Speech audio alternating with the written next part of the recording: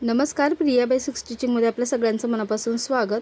आजच्या या व्हिडिओमध्ये ह्या साडीपासून बनवलेला ड्रेस वन पीस 10 ते 12 वर्षाच्या मुलीचा त्याची स्टिचिंग संपूर्ण दाखवणार आहे। याच्या कटिंगचा व्हिडिओ याच्या आधी अपलोड केलेला आहे, लिंक डिस्क्रिप्शन बॉक्समध्ये मिळेल किंवा तुम्ही चॅनलला व्हिजिट करून हा संपूर्ण कटिंगचा व्हिडिओ पाहू शकता। या व्हिडिओमध्ये मी स्टिचिंग दाखवलेली आहे।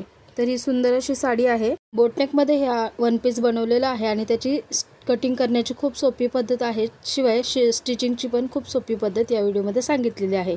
व्हिडिओ आवडला तर लाईक करा आणि अशाच नवीन व्हिडिओ पाहण्यासाठी चॅनलला सबस्क्राइब करून ठेवा, म्हणजेच तुम्हाला येणाऱ्या माझ्या प्रत्येक व्हिडिओचं नोटिफिकेशन मिळेल आणि व्हिडिओ पाहता येतील। तर स्टिचिंगला सुरुवात करूयात। तर सगळ्यात पहिल्यांदा मी इथे स्लीव्स तयार करून घेणार आहे। या वन पीससाठी पफ स्लीव्स बनवलेले आहेत। तर पहिल्यांदा खाली मेन फॅब्रिक ठेवलेलं आहे आणि त्याच्यावर अस्तरचं फॅब्रिक ठेवलेलं आहे स्लीव्हच्या कटिंगचं। तर जो वरचा भाग आहे तो स्टिच करून घ्यायचा आहे। पहिल्यांदा चारही बाजूने अशा दोन्ही स्लीव्हचं स्टिच करून घेतलं आणि एक्स्ट्राचं जे फॅब्रिक आहे ते कटिंग करून घेतलं। आता याला जे 4-4 इंच एक्स्ट्राचं घेतलं होतं तर तिथे प्लीट्स घालून घ्यायचे आहेत छोट्या छोट्या। वरच्या साईडने प्लीट्स घातल्यानंतर खालच्या बाजूने सुद्धा प्लीट्स घालून घ्यायचे आहेत आणि त्याचं डायरेक्शन एकमेकांच्या अपोजिट असलं पाहिजे। तर खालच्या साईडला सुद्धा इथे प्लीट्स घालून घेतलेले आहेत।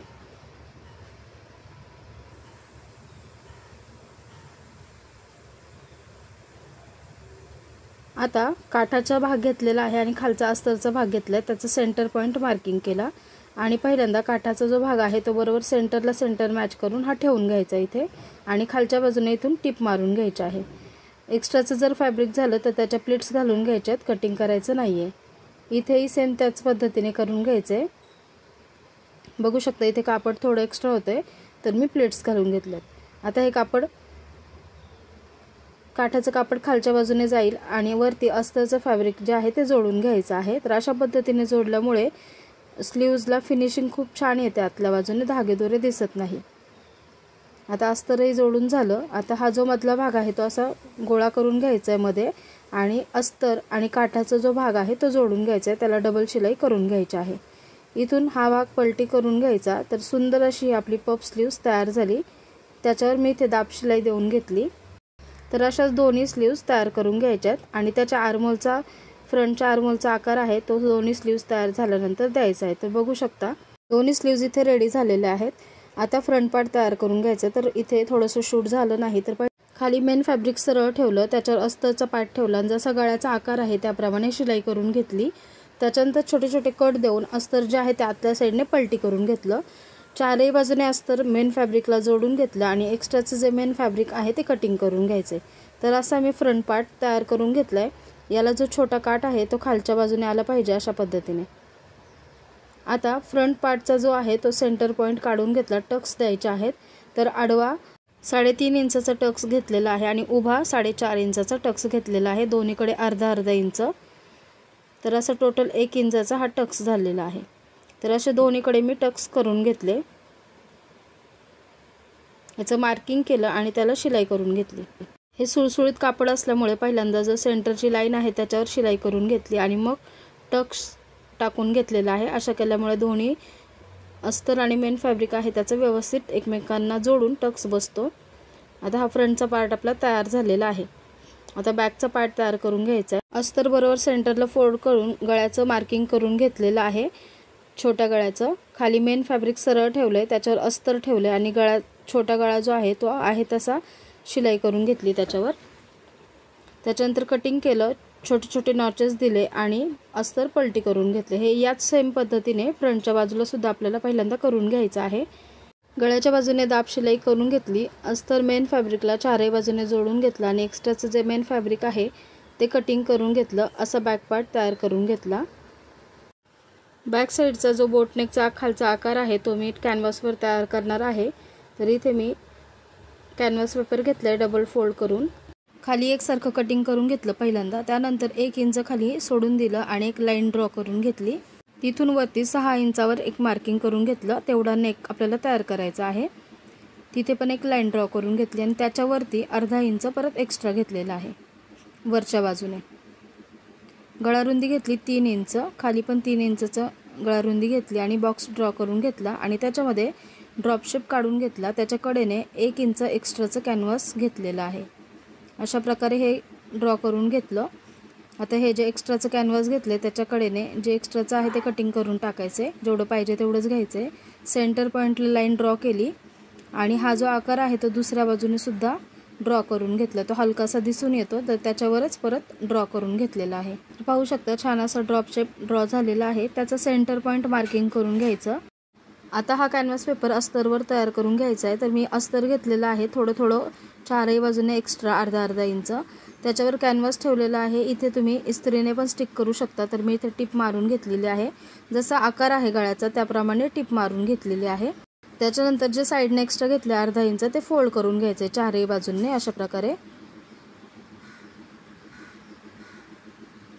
तर हे चारही साईडने मी करून घेते आणि थोडं एक्स्ट्राचं कापड जर वाटत असेल तर कटिंग करून घ्यायचं आहे.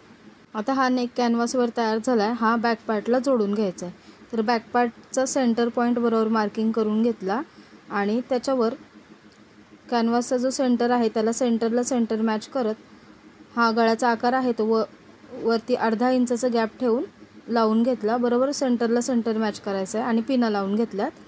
त्याच्यानंतर आता गळ्याचा जसा आकार आहे त्याप्रमाणे स्टिच करून घ्यायचा आहे.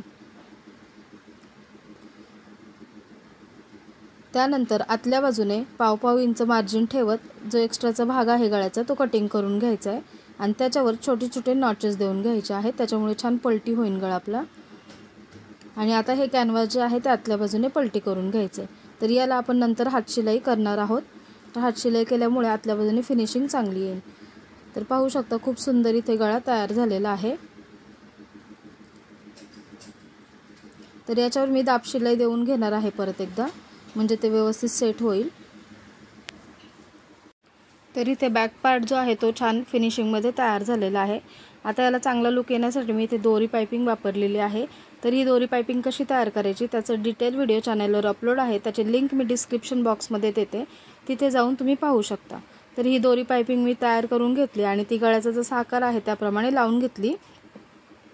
फ्रंटच्या नेकला, बॅकच्या नेकला आणि बॅकचा जो वरचा छोटा नेक आहे त्याला सुद्धा ही दोरी पायपिंग लावून घेतलेली आहे. त्याच्यामुळे त्याचा लुक खूप छान आलेला आहे. पायपिंग जोडल्यानंतर त्याच्या शेजारूनच एक पेरचं मार्जिन ठेवून दुसरी एक टीप घालून घ्यायची आहे, म्हणजे व्यवस्थित पायपिंग सेट होते. तर असं मी संपूर्ण नेकला करून घेतलं आणि हा बॅक पार्ट रेडी झालेला आहे.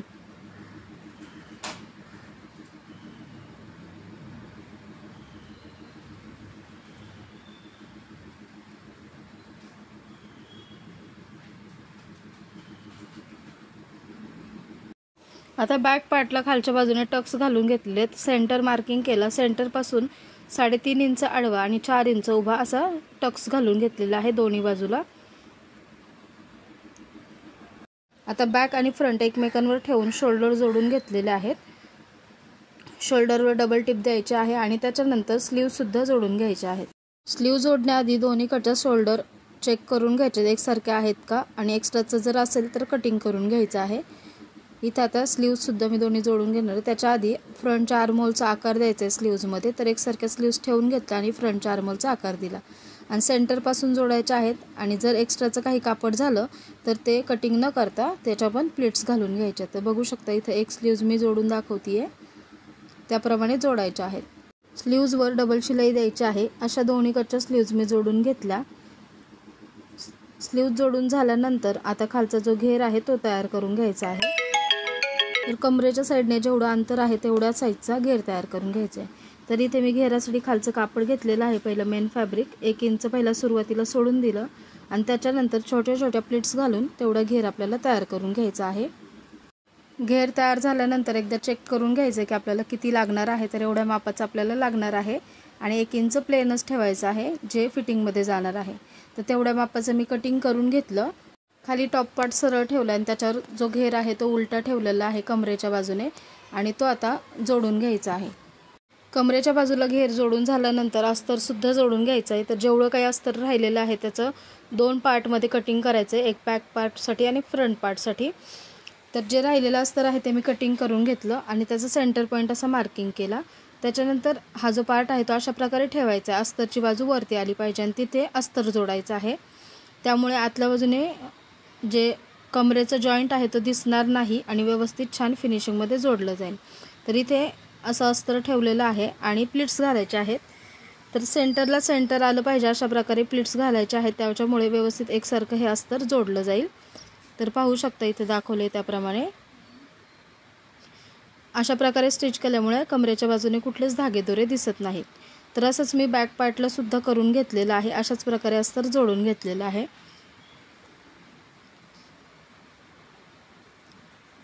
तर पाहू शकता हे अशा प्रकारे दिसेल।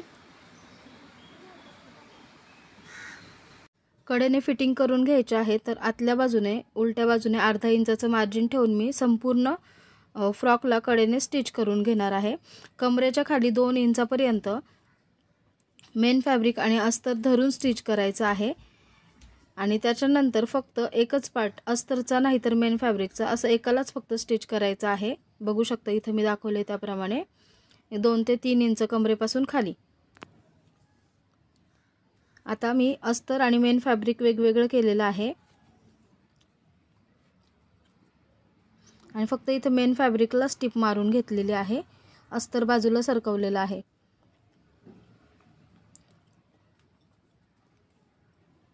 अशा प्रकारे केल्यामुळे घेर जो आहे तो खूप छान येतो, घेर ओढल्यासारखं होत नाही। आता फक्त अस्तरला टिप मारायची आहे कडेने।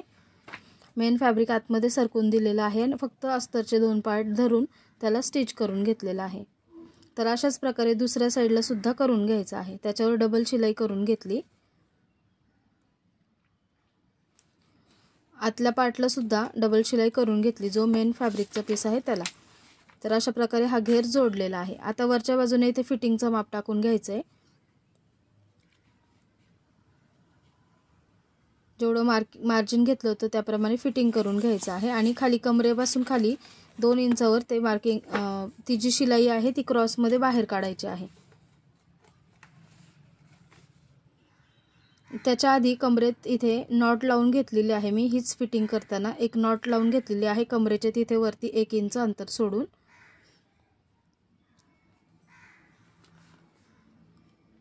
त्याला डबल शिलाई करून घेतली। तर अशाच प्रकारे फिटिंग दुसऱ्या बाजूने सुद्धा करून घेतलेली आहे। तर पाहू शकता हा ड्रेसचा फायनल लुक आहे। व्हिडिओ जरी हेल्पफुल वाटला असेल तर व्हिडिओला एक लाईक करा। असेच नवीन व्हिडिओ पाहण्यासाठी, यूजफुल व्हिडिओ पाहण्यासाठी प्रिया बेसिक स्टिचिंग या चॅनलला सबस्क्राईब करून शेजारचं बेल बटन देखील प्रेस करा। भेटूया पुन्हा एकदा अशाच नवीन यूजफुल व्हिडिओमध्ये। धन्यवाद।